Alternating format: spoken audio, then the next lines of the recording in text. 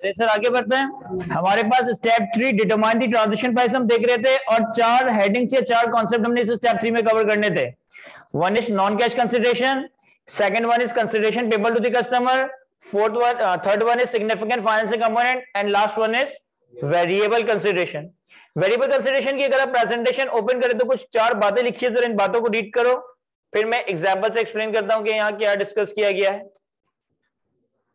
क्या सुनिएगा सर, सबसे पहले तो हमारे पास वेरिएबल कंसिडरेशन की सिंपल से अगर हम डेफिनेशन देखें तो आपकी कंसिडरेशन का एक ऐसा कंपोनेंट जो कि फिक्स ना हो, जो कि डिपेंडेंट हो, कंटीजेंट हो किसी फ्यूचर हैपनिंग पे, किसी फ्यूचर इवेंट के ऊपर, तो इस तरह की कंसिडरेशन को हम वेरिएबल कंसिडरेशन कह रहे होंगे। अब इसकी एग्जांपल में बहुत सारी बेताशा चीजें आ सकती है। कस्टमर को कोई सब्सिक्वेंट डिस्काउंट देने की बात है, कस्टमर को सब्सिक्वेंटली रिफंड देने की बात है, कस्टमर को कोई सब्सिक्वेंटली कंसेशन देने की बात है, इंसेंटिव्स है, परफॉर्मेंस बोनसेस है, पेनल्टीज है। ये सारी चीजें जनरली फिक्स नहीं होती, किसी ना किसी फ्यूचर परफॉर्मेंस, किसी ना किसी फ्यूचर इवेंट पे डिपेंडेंट होती है। तो इस तरह की चीजों को आप वेरिएबल कंसिडरेशन कह रहे होंगे। अगर मैं साथ साथ प्रेजेंटेशन भी रीड करूं तो कहता है examples are discount, rebate, refunds, concession, incentives, performance bonuses, penalties and contingent payments. कहता है variable consideration must be estimated using expected value method based on probability weighted amount within a range or single most likely outcome amount within a range that is most likely to eventuate. Point number 3, point number 4 read कर रहा हूं, फिर सारी बातें एक example के साथ समझाऊंगा। If consideration promised in a contract includes a variable amount, an entity must estimate the amount of consideration to which it expects to be entitled in exchange for transferring the promised goods or services to the customer. However, transaction price can include variable consideration only if it is highly probable that subsequent change in estimate would not result in reversal of revenue. अब देखें, सबसे पहले तो आपने समझना है कि variable consideration कहते हैं किसको है। सर हमारे कॉन्ट्रैक्ट की एग्रीड कंसिडरेशन का अगर कोई कंपोनेंट फिक्स नहीं है, वेरिएबल है, डिपेंड करता है किसी फ्यूचर हैपनिंग पे, किसी फ्यूचर इवेंट पे, तो ये वेरिएबल कंसिडरेशन, ये किसी डिस्काउंट की फॉर्म में हो सकता है, रिफंड की फॉर्म में हो सकता है, रिबेट की फॉर्म में हो सकता है, कंसेशन की फॉर्म में हो सकता है, परफॉर्मेंस बोनस की फॉर्म में हो सकता है, पेनल्टी की पेमेंट हो सकती है। ये सारी चीजें ऐसी होती है जनरली जो कि डे वन पे फिक्स नहीं होती, फ्यूचर परफॉर्मेंस से लिंक की जा रही होती। अब स्टैंडर्ड ये कहता है कि अगर आपके कॉन्ट्रैक्ट में कंसिडरेशन का कोई कंपोनेंट वेरिएबल है तो आप उसको ट्रांजिशन प्राइस का पार्ट उस वक्त बनाओगे only when it is highly probable that subsequent change in estimate would not result in reversal of revenue. अगर आपके कॉन्ट्रैक्ट में कोई वेरिएबल कंसिडरेशन है तो आप उसे ट्रांजिशन प्राइस का पार्ट सिर्फ उसी वक्त बनाओगे जब इस बात के बहुत ज्यादा चांसेस हो, जब इस बात की बहुत ज्यादा पॉसिबिलिटी हो कि आगे जाकर एस्टिमेट का चेंज नहीं होगा और रेवेन्यू के रिवर्सल की नौबत नहीं आ रही होगी। कहते हैं वेरिएबल कंसिडरेशन को एस्टिमेट करने के 2 तरीके हैं। Number 1 is expected value method and number 2 is single most likely outcome. अभी एक्सपेक्टेड वैल्यू मेथड क्या होता है, सिंगल मोस्ट लाइकली आउटकम क्या होता है, ये सारी बातें मैं एक एग्जांपल से कवर करता है। फॉर एग्जाम्पल कि हमने FAR 2 का कोर्स ऑफर किया और इसकी फीस रखी लेट्स से 15,000 और मेरे पास नंबर ऑफ स्टूडेंट्स आ जाते हैं लेट्स से 100। टोटल आप लोगों से जो मैंने फी रिकवर की दैट वुड बी 1.5 लाख 15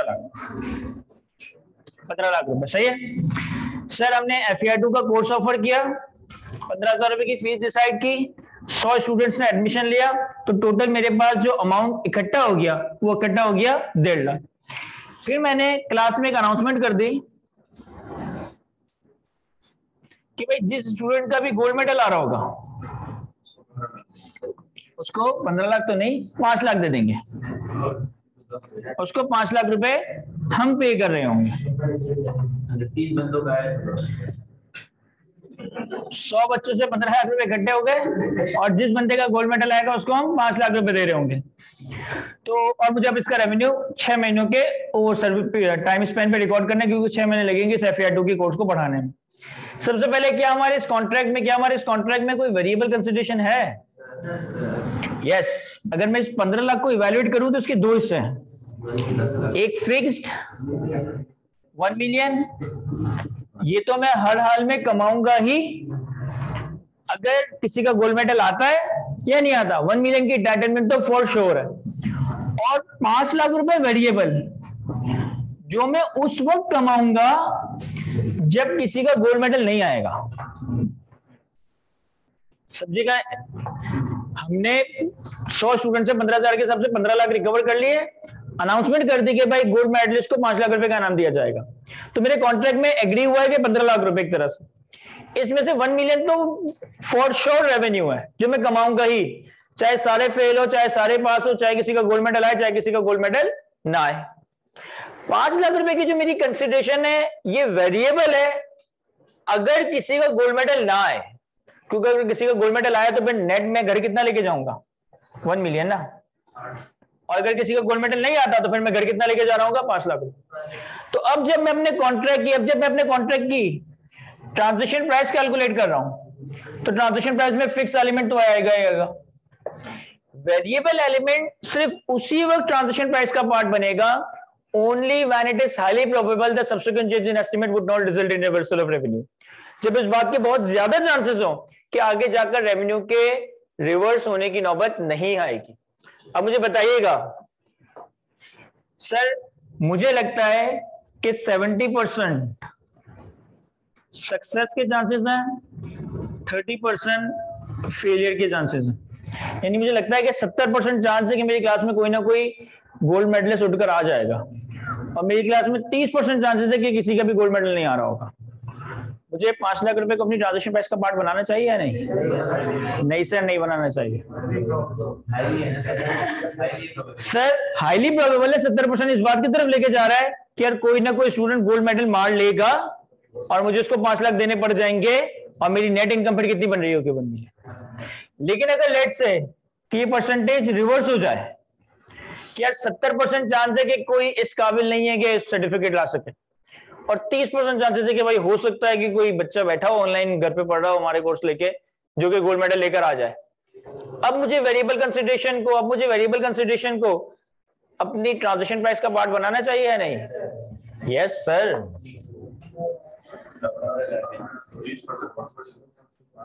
सिर्फ नॉमिनल चार्ज मैंने परसेंटेज लिखी ना कि 30% चांसेस है कि मैं फेल नहीं होने, मतलब इंस्टीट्यूट फेल नहीं होने वाला।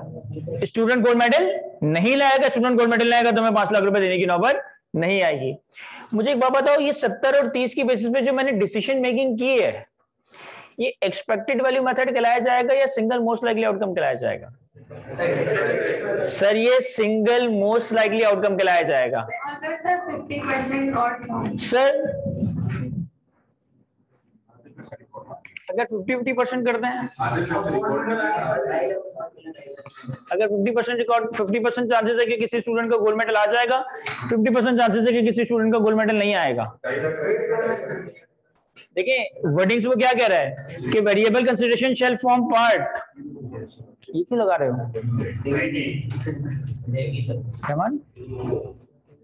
सर बड़ा इंपॉर्टेंट कॉन्सेप्ट है, थोड़ा मुश्किल भी है, इसको समझिएगा अच्छे से। वेरिएबल कंसीडरेशन, अगर हमारे कॉन्ट्रैक्ट में कोई वेरिएबल कंसीडरेशन है तो वेरिएबल कंसीडरेशन को ट्रांजिशन प्राइस रेवेन्यू का पार्ट सिर्फ उस वक्त बनाना है जब इस बात के बहुत ज्यादा चांसेस हो कि सब्सिक्वेंट चेंज इन एस्टिमेट नहीं होगा। सब्सिक्वेंट चेंज इन एस्टिमेट नहीं होगा तो रेवेन्यू के रिवर्सल की नौबत नहीं आएगी।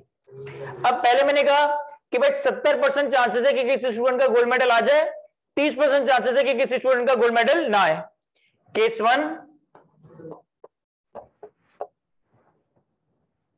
70% चांसेस है कि किसी स्टूडेंट का गोल्ड मेडल आ जाएगा, 30% चांसेस है कि किसी स्टूडेंट का गोल्ड मेडल नहीं आएगा।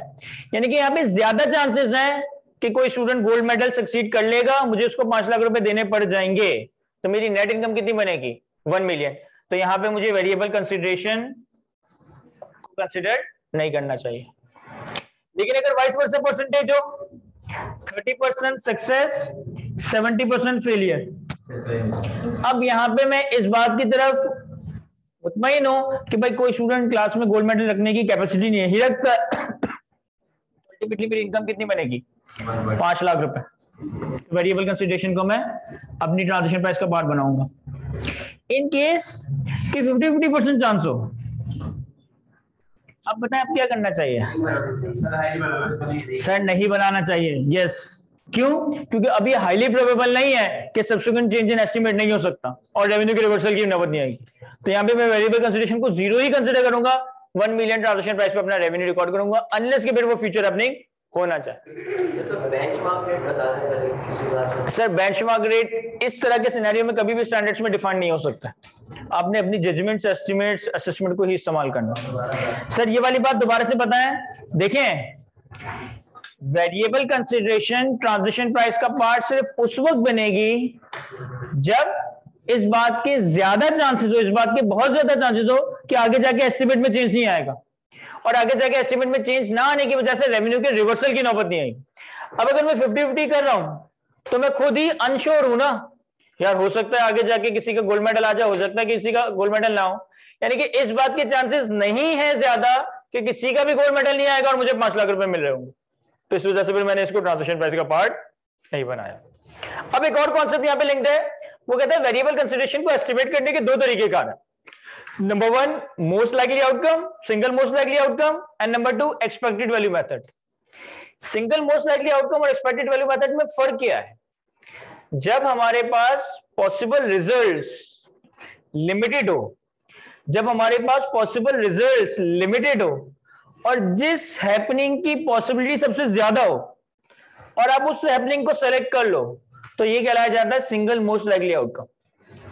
और जब हमारे पास नंबर ऑफ पॉसिबल रिजल्ट्स बहुत ज्यादा हो तो फिर हम वहां पे एक एस्टिमेशन इन्वॉल्व करेंगे जिसको हम कहेंगे मोस्ट एक्सपेक्टेड वैल्यू मेथड। अब देखें, इस एग्जांपल में 2 ही बातें हो सकती हैं, या तो किसी भी स्टूडेंट को गोल्ड मेडल नहीं आएगा, या पूरी क्लास में से मैक्सिमम 1 गोल्ड मेडल आ सकता है। ऐसा ही होगा ना? इस एग्जांपल में मैक्सिमम 2 ही सिनेरियोज हैं, या तो पूरी क्लास में से किसी का भी गोल्ड मेडल नहीं आएगा, या पूरी क्लास में मैक्सिमम 1 बंदे का गोल्ड मेडल आ सकता है। तो या तो 5 लाख रुपए देने पड़ेंगे या 5 लाख रुपए नहीं देने पड़ेंगे। तो नंबर ऑफ आउटकम्स बड़े लिमिटेड है, सिर्फ 2 ही है। तो यहां पे जो एस्टिमेशन का तरीकेकार इस्तेमाल होगा that would be expected value method, sorry single most likely outcome. Sir expected value method कब इस्तेमाल करेंगे? याद है कि इसी एग्जांपल को हम कंटिन्यू करते हैं। भाई फॉर एग्जांपल हमने FER2 की फीस डिसाइड कर ली 18,000 रुपए और एक प्रॉमिस किया कि course completion 1 month before exam, कि आपका कोर्स एग्जाम से 1 महीने पहले कंप्लीट हो जाएगा। फिर हमने ये क्लॉज भी डाल दी कि अर्ली कंप्लीशन पे ₹1000 पर डे बोनस और लेट कंप्लीशन पे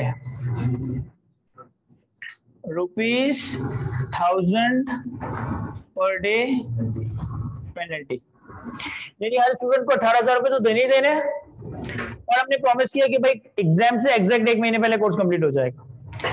अब हमारी प्रॉमिस डेट से जितना पहले कंप्लीट होगा ना, तो हर दिन का मैं आपसे 1000 रुपए का बोनस वसूल करूंगा, और जितने दिन लेट कंप्लीट होगा तो हर दिन के अगेंस्ट में आपसे 1000 रुपए की आपको पेनल्टी पे कर रहा हूं। क्या यहाँ पे वेरिएबल कंसिडरेशन है कोई? यस सर, ये दोनों ही वेरिएबल कंसिडरेशन है, ये दोनों ही वेरिएबल कंसिडरेशन है। अब यहाँ पे नंबर ऑफ आउटकम्स बहुत सारे हो सकता है।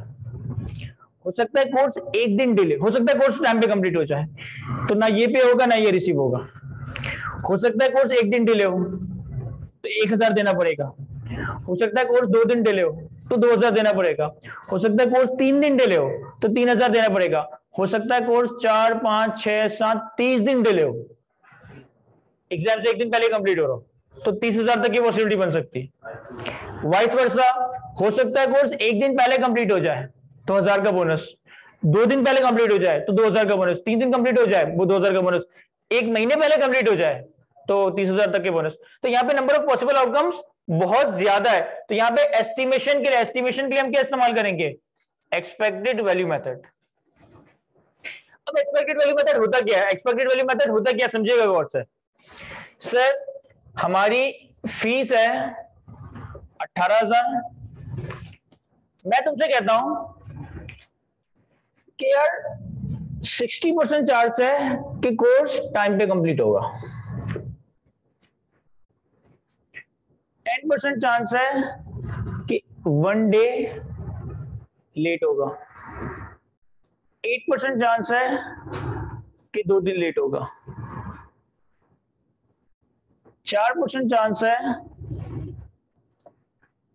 या 5% चांस है कि 1 दिन जल्दी कंप्लीट हो जाएगा, और कितना रहेगा देखो 7, 17% चांस है कि 2 दिन अर्ली कंप्लीट हो जाएगा। मैंने जो पॉसिबल आउटकम्स की पॉसिबिलिटी या प्रोबेबिलिटी हो सकती है वो आपके सामने जॉट डाउन कर दी कि भाई 60% चांस है कि कोर्स टाइम पे कंप्लीट होगा, 10% चांस है कि यार 1 दिन लेट हो सकता है, 8% चांस है कि 2 दिन भी लेट हो सकता है, 5% चांस है कि हम 1 दिन पहले कंप्लीट करते हैं, और 17% चांस है कि हम 2 दिन पहले कंप्लीट करते हैं। तो अब यहाँ पे मुझे एस्टिमेशन के लिए सिंगल मोस्ट लाइकली आउटकम इस्तेमाल नहीं करना है, एक्सपेक्टेड वैल्यू मेथड इस्तेमाल करना है। क्यों? क्योंकि यहाँ पे नंबर ऑफ आउटकम्स बहुत ज्यादा है। अब एक्सपेक्टेड वैल्यू मेथड में होगा क्या कि भाई 18,000 रुपए तो तुम्हें मिलेंगे ही मिलेंगे।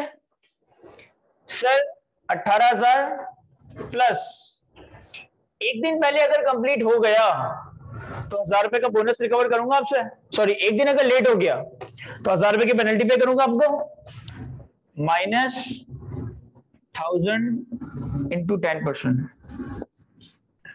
2 दिन पहले कंप्लीट हो गया तो 2,000 की पेनल्टी पे करूंगा, माइनस 2,000 इंटू 8%। 5% चांसेस है कि 1 दिन पहले कंप्लीट कर दूंगा, और 1 दिन पहले कंप्लीट करूंगा तो फिर मैं 1,000 का बोनस रिकवर करूंगा, प्लस 1,000 इंटू 5%। 17% चांसेस है कि 2 दिन पहले कंप्लीट कर दूंगा, प्लस 2,000 इंटू। अब जो भी हमारा अमाउंट आएगा इसको हम ट्रांजैक्शन प्राइस कंसीडर करके इसकी बेसिस पे रेवेन्यू को रिकॉर्ड कर रहे होंगे।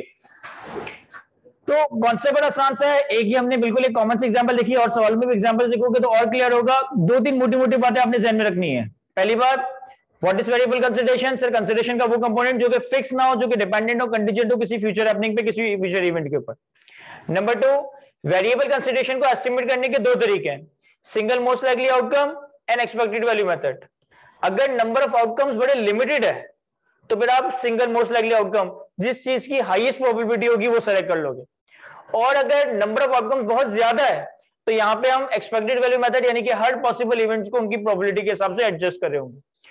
और इंपॉर्टेंट कॉन्सेप्ट ये है कि वेरिएबल कंसीडरेशन को ट्रांजैक्शन प्राइस और रेवेन्यू का पार्ट सिर्फ उसी वक्त बनाएंगे जब इस बात की बहुत ज्यादा पॉसिबिलिटी हो कि आगे जाकर एस्टिमेट चेंज नहीं होंगे, आगे जाकर रेवेन्यू का रिवर्सल पॉसिबल नहीं हो रहा होगा। ये कुछ चीजें कॉपी करो तो फिर एक सवाल सॉल्व करवाता हूं मैं, और चीजें क्लियर होंगी।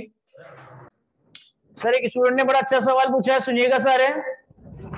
सवाल ये पूछा कि जब आपने हमें consideration payable to the customer का कॉन्सेप्ट बताया तब भी आपने एग्जाम्पल में कूपन, वाउचर्स इस तरह का नाम लिया था, और जब आप अभी वेरिएबल कंसीडरेशन पढ़ा रहे हो तो भी कूपन, वाउचर्स इस तरह की चीजों का नाम ले रहे हो।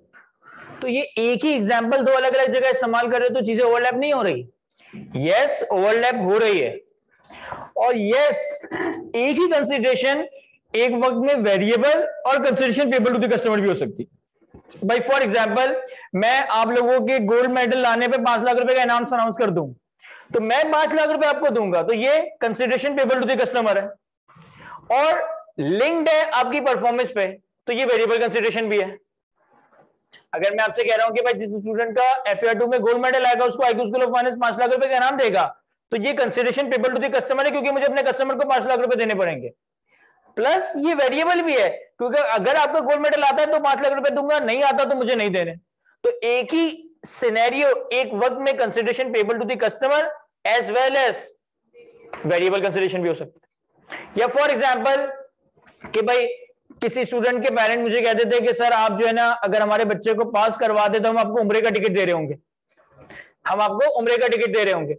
अब ये नॉन कैश कंसिडरेशन है, और नॉन कैश कंसिडरेशन के साथ साथ ये वेरिएबल कंसिडरेशन भी है कि बच्चा पास होगा तो उम्रे का टिकट मिलेगा, बच्चा पास नहीं होगा तो उम्रे का टिकट नहीं मिल रहा होगा। तो ये 4 कॉन्सेप्ट्स हैं।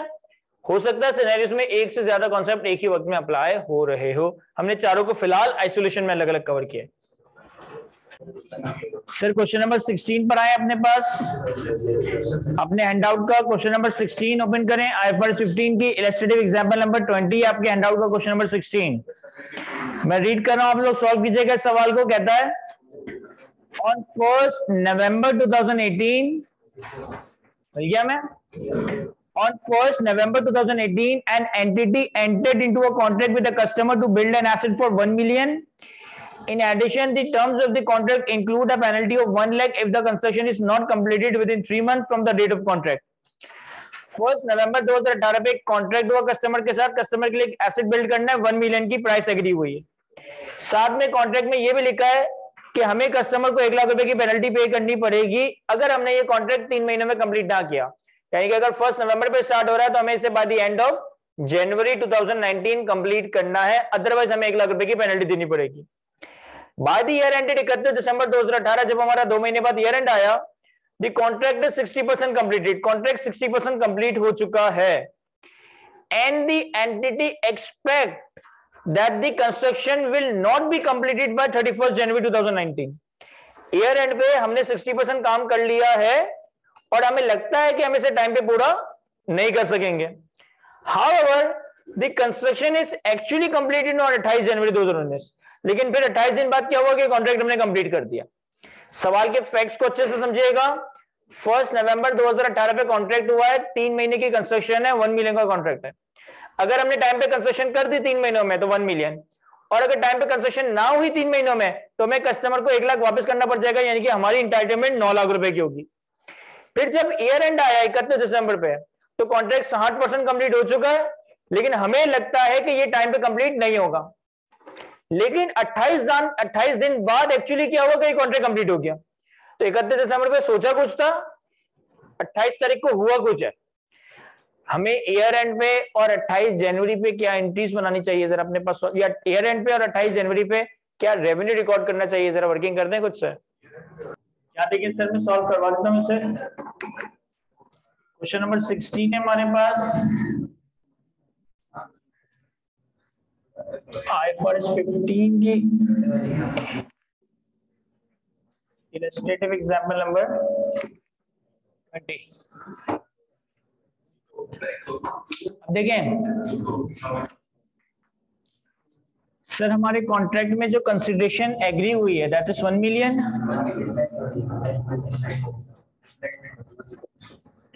इस 1 मिलियन के 2 कंपोनेंट्स हैं, एक 9 लाख रुपए जो एनईओ में मिलेंगे दैट इज फिक्स कंसिडरेशन, और एक 1 लाख रुपए जो कि वेरिएबल है। अगर हमने कॉन्ट्रैक्ट टाइम पे कंप्लीट कर दिया तो हमें मिलेंगे, और अगर हमने टाइम पे कंप्लीट नहीं किया तो हमें नहीं मिलेंगे। अब जब हमारा ईयर एंड आया 31 दिसंबर 2018, तो हमें लगता है कि हम ये कॉन्ट्रैक्ट टाइम पे कंप्लीट नहीं कर पाएंगे, नहीं कर पाएंगे, यानी कि हमारी ट्रांजिशन प्राइस सिर्फ 9 लाख रुपए होगी, और कॉन्ट्रैक्ट का stage of completion percentage, associate stage of completion percentage कितना है 60। तो हमने रेवेन्यू कितना रिकॉर्ड किया होगा ईयर एंड तक 540।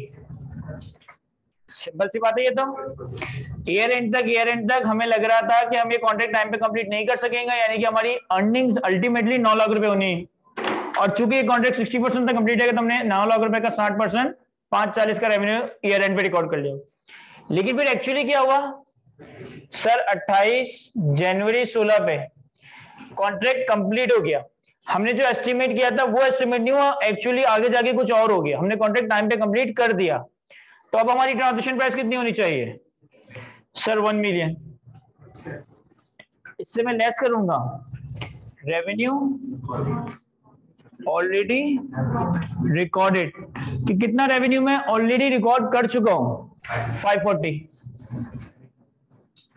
तो हमें फर्दर कितना रेवेन्यू रिकॉर्ड करना है, कितना 460। SOC is stage of completion percentage. Simple सा सवाल था सर, कॉपी करें जी। सर प्रोविजन फॉर पेनल्टी या पेनल्टी एक्सपेंस आएगा ईयर एंड पे, पेनल्टी या प्रोविजन फॉर एक्सपेंस इस तरह की कोई चीज आएगी? नहीं सर, नहीं आएगा। हमने तो अपना रेवेन्यू ही 1 मिलियन से 9 लाख कर दिया ना। सर मुझे पता है कि मुझे पेनल्टी पे करनी पड़ेगी। सर मुझे पेनल्टी पे नहीं करनी पड़ेगी, जो मुझे 1 मिलियन मिलना था मुझे 1 मिलियन ही 9 लाख रुपए मिल रहा होगा। मुझे ओवर एंड अबव कुछ पे नहीं करना, मुझे जो 1 मिलियन मिलना था मुझे कितना मिल रहा होगा, 9 लाख रुपए मिल रहा होगा। तो मैंने तो अपना रेवेन्यू ही 9 लाख रुपए के हिसाब से रिकॉर्ड किया है, तो मुझे कोई पेनल्टी एक्सपेंस, कोई प्रोविजन फॉर पेनल्टी रिकॉर्ड करने की जरूरत नहीं है।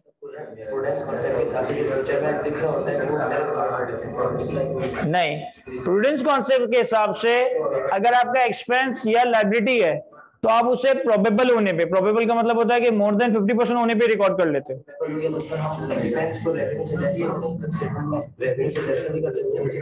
और प्रूडेंस कॉन्सेप्ट के हिसाब से एसेट और इनकम उस वक्त रिकॉर्ड नहीं करते जब तक कि वो ऑन ना हो जाए, जब तक कि वो सर्टेन ना हो जाए। यहां हमारा एक्सपेंस कोई है ही नहीं, यहां हमारा एक्सपेंस कोई है ही नहीं। हमारी इनकम या तो 9 लाख रुपए या 10 लाख रुपए, तो हमें कोई एक्सपेंस या प्रोविजन रिकॉर्ड करने की जरूरत नहीं है। या तो हम 9 लाख रुपए कमाएंगे या हम 10 लाख रुपए कमाएंगे, और 9 लाख को कमाने के चांसेस ज्यादा था क्योंकि हमें लग रहा था कि ईयर एंड पे कॉन्ट्रैक्ट कंप्लीट नहीं होगा। सर ये जो पेनल्टी पे करेंगे क्या बनाएंगे, पेनल्टी का कैश नहीं, देखो पेनल्टी तो तुम्हें यहाँ पे ही नहीं करनी है ना। पेनल्टी यहाँ पे तुम्हें अपनी जेब से कोई ओवर एंड अबव पे नहीं करनी। यहाँ पेनल्टी तुम्हारी इनकम को कम कर देगा। यहाँ पेनल्टी तुम्हारी इनकम को कम कर देगा कि तुम्हारी इनकम जो 1 मिलियन डिसाइड हुई है, हो सकता है कि पेनल्टी की वजह से वो इनकम 1 मिलियन नहीं 9 लाख रुपए हो जाए। क्या करना सर? सर सुनिएगा एक चीज, इस सवाल में मैंने कोई पेनल्टी एक्सपेंस रिकॉर्ड नहीं करना, मैंने कोई प्रोविजन फॉर पेनल्टी रिकॉर्ड नहीं करना। क्यों? क्योंकि पेनल्टी हमें ओवर एंड अबव कोई एक्स्ट्रा अमाउंट पे नहीं करना। जो हमारे पास इनफ्लो आना है रेवेन्यू का, या तो वो 1 मिलियन आएगा या वो 9 लाख रुपए आएगा। तो मुझे अपनी जेब से कुछ ओवर एंड अबव पे नहीं करना कि मैं इसका पेनल्टी एक्सपेंस या प्रोविजन फॉर पेनल्टी रिकॉर्ड करूं। अब सवाल यहाँ पे ये क्रिएट होता है, तो फिर एंट्री क्या बनेगी? सवाल यहाँ पे ये क्रिएट होता है, तो फिर एंट्री क्या बनेगी? सर एंट्री बनाने के लिए एंट्री भी मैं बना देता हूं, लेकिन मुझे कोई ना कोई अजम्पशन लेनी पड़ेगी। लेट्स से मैं अजम्पशन ले लेता हूं कि 100% पेमेंट इन एडवांस, कि 100% पेमेंट हमें एडवांस में रिसीव हो गई। अब अगर 100% पेमेंट एडवांस में रिसीव हो गई तो यस, कैश फ्लो टर्म में हमें 1 लाख रुपए वापस करना पड़ेगा, लेकिन सिर्फ कैश फ्लो टर्म में, वो भी तुम अपनी जेब से नहीं पे करना। जो 1 मिलियन आया उसी में से पे कर रहे होगे। तो अब अगर मैं ये अज्यूम कर लूं कि 100% पेमेंट मुझे एडवांस में मिल गई है, तो सबसे पहले कॉन्ट्रैक्ट साइन हुआ किस दिन? 1 नवंबर 18 पे। Cash debit 1 million, contract liability credit 1 million. फिर हमारा ईयर एंड आया। ईयर एंड पे हमें लग रहा था कि हम कॉन्ट्रैक्ट टाइम पे कंप्लीट नहीं कर सकेंगे, तो हमने ये क्या करा कि मिला ऑल्दो में 1 मिलियन है, लेकिन चूंकि हमें ईयर एंड पे लग रहा है कि हम कॉन्ट्रैक्ट टाइम पे कंप्लीट नहीं कर सकेंगे, तो हमारी अल्टीमेटली अर्निंग्स कितनी होंगी? सिर्फ 9 लाख। और कॉन्ट्रैक्ट कितना कंप्लीट है? 60%। तो हमने 9 लाख का ही प्रोपोर्शनेट 60% का रेवेन्यू रिकॉर्ड किया, दैट इज 540। तो यानी कि सबसे पहले 31 दिसंबर 18 पे contract liability debit, revenue PNL में क्रेडिट 540। ये काम हमने ईयर एंड पे किया, क्योंकि ईयर एंड पे हमें लग रहा था हम इसको टाइम पे कंप्लीट नहीं कर सकेंगे। हम 2 पॉसिबिलिटीज क्रिएट करते हैं। Sir contract is completed on 28 जनवरी 19, जैसा कि सवाल में गिवन है कि कॉन्ट्रैक्ट हमने 28 जनवरी पे कंप्लीट कर दिया। 28 जनवरी पे कॉन्ट्रैक्ट कंप्लीट कर लिया, टाइम से पहले कंप्लीट कर लिया, तो अब हमारी इंटाइटलमेंट पूरे 1 मिलियन की हो गई। इस 1 मिलियन में से 540 का रेवेन्यू ऑलरेडी ईयर पे रिकॉर्ड कर चुका हूं, तो अब कॉन्ट्रैक्ट कंप्लीशन पे कितना रिकॉर्ड करना है 460। सर एंट्री क्या बनेगी, कॉन्ट्रैक्ट लायबिलिटी डेबिट 28 जनवरी 19 पे और रेवेन्यू क्रेडिट। क्या मेरे पास सारा का सारा कॉन्ट्रैक्ट लायबिलिटी खत्म हो गया? सर 1 मिलियन का कॉन्ट्रैक्ट लायबिलिटी आपने डे 1 पे रिकॉर्ड किया था, फिर 540 डेबिट किया, फिर 460 का डेबिट किया। व्हाट इफ कि contract is completed on 10th February 19, हम कॉन्ट्रैक्ट को टाइम पे कंप्लीट ना कर पाते, तो इसका मतलब है अब हमें सामने वाली पार्टी को पैसा वापस करना पड़ेगा। सर हमारे पास कैश क्रेडिट हो जाएगा 1 लाख से। सर अगर हमें सामने वाली पार्टी को पैसा वापस करना पड़ जाएगा तो हमारी ट्रांजैक्शन प्राइस कितनी हो गई 9 लाख। हम ऑलरेडी कितना रिकॉर्ड कर चुके हैं 540 ना, ये अलग सिनेरियो, तो ये अलग सिनेरियो बता रहा हूं। तो हमें कितना रेवेन्यू फर्दर रिकॉर्ड करना है कॉन्ट्रैक्ट कंप्लीशन पे 360, यानी कि 1 लाख से तो कैश जाएगा, रेवेन्यू कितने से रिकॉर्ड होगा 360 से। सर इन दोनों का टोटल कितना आ रहा है 460। हमारे पास कॉन्ट्रैक्ट लायबिलिटी कितना रहता है 460। सर क्वेश्चन में कहीं नहीं लिखा हुआ कि 1 नवंबर को हमारे पास 1 मिलियन। सर क्वेश्चन में कहीं नहीं लिखा हुआ कि 1 नवंबर को हमारे पास, तो समझाने के लिए मैंने असम्पशन किया। सर वाइस वर्सा हो, ऐसा भी तो हो सकता है कि ईयर एंड पे आप सोचो कि कॉन्ट्रैक्ट टाइम पे कंप्लीट हो जाएगा, फिर टाइम पे कंप्लीट हो जाए, या ईयर एंड पे सोचो कि कॉन्ट्रैक्ट टाइम पे कंप्लीट हो जाएगा, फिर टाइम पे कंप्लीट ना हो, ये भी तो हो सकता है, ये भी कर लेता है। यहां देखें, ये मैं एक ही सवाल के मल्टीपल पॉसिबल आंसर्स बना रहा हूं डिपेंडिंग अपॉन कि क्या कुछ हो सकता है। पहले तो क्या कुछ सोच सकता है, क्या कुछ हो सकता है।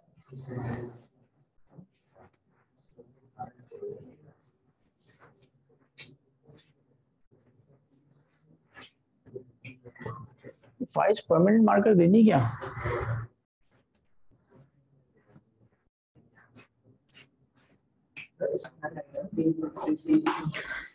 सबसे मुश्किल स्टैंडर्ड आपके कोर्स में, वैसे सारे स्टैंडर्ड्स में सबसे मुश्किल है IFRS 9 को लोग कहते हैं, लेकिन आपके लेवल पे IFRS 9 का कोई 5% हिस्सा है, वो बाकी फाइनल में पढ़ोगे आप।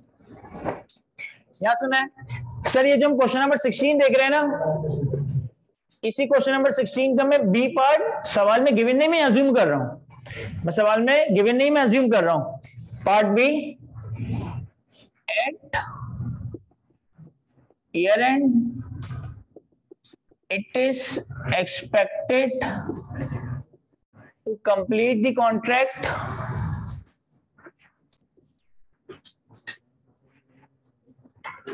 on time। ईयर एंड पे हमें लगता है कि कॉन्ट्रैक्ट टाइम पे कंप्लीट हो जाएगा। अब यहां सुनिएगा, अगर हमें ईयर एंड पे लगता है कि कॉन्ट्रैक्ट टाइम पे कंप्लीट हो जाएगा, तो 31 दिसंबर 18 पे हमारी ट्रांजैक्शन प्राइस कितनी होगी 1 मिलियन। क्योंकि आप वेरिएबल कंसीडरेशन का भी पार्ट बना देंगे, क्योंकि हमें लग रहा है कि कॉन्ट्रैक्ट टाइम पे कंप्लीट हो जाएगा। ईयर एंड पे स्टेज ऑफ कंप्लीशन कितना है 60%, तो रेवेन्यू कितना रिकॉर्ड होना चाहिए 6 लाख।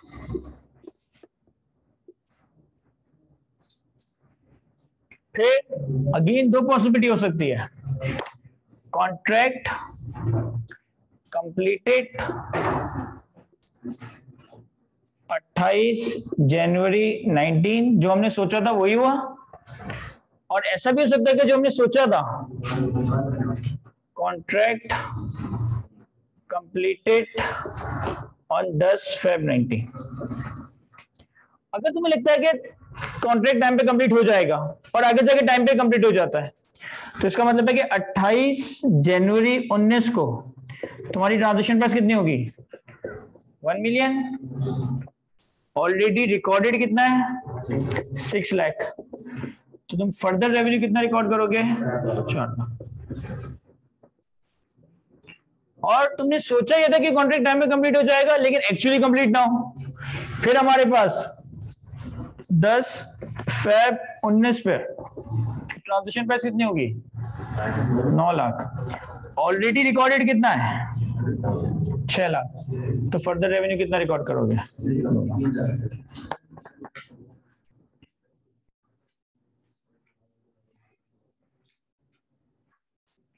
क्या ये समझ आ रहा है सबको? क्लियर है? कोई हमें पेनल्टी एक्सपेंस या प्रोविजन फॉर पेनल्टी रिकॉर्ड करने की जरूरत नहीं है, क्योंकि हम कोई एडिशनल एक्सपेंस रिकॉर्ड नहीं कर रहे हैं। हम इसको किस तरह से मैनेज कर रहे हैं कि हम अपनी इनकम को अंडरस्टेड या इनकम को कम रिकॉर्ड कर रहे हैं, अगर हमें लगता है कि हम ये अर्न नहीं कर पाएंगे तो। कॉपी करें इसे। जिस तरह से ये सवाल में मैंने अजम्पशंस ले लेके हर पॉसिबल सिनेरियो सॉल्व करवाया, अगले सवाल में ये सारी चीजें आ ही जाएंगी वैसे भी। सर क्वेश्चन नंबर 18 पर आए। क्वेश्चन नंबर 18 आपकी आईकैप की स्टडी पैक का सवाल है। ये परसेंटेज दी जाती है, इतने परसेंट एक्सपेक्टेड है।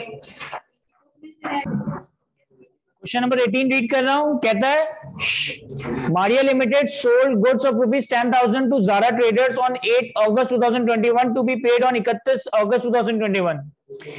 एक कंपनी है मारिया लिमिटेड के नाम से, इसने 10,000 के गुड्स सेल किए ज़ारा ट्रेडर्स को 8 अगस्त 2021 में, और 22 दिन के बाद पेमेंट करनी है 31 अगस्त 2021 पे। However, if ZT pays within 10 days, it will be entitled to a 4% cash discount and will have to pay only 9,600।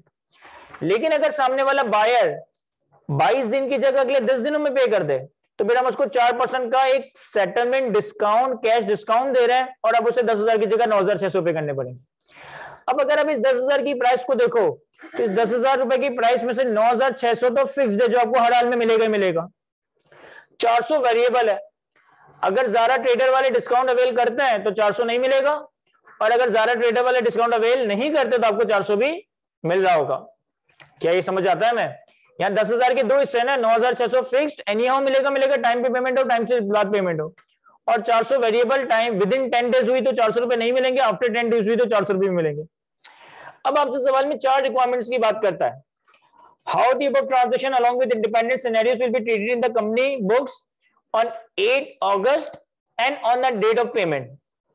Case 1, company expect that Z will not pay within 10 days and actually paid on 31st August.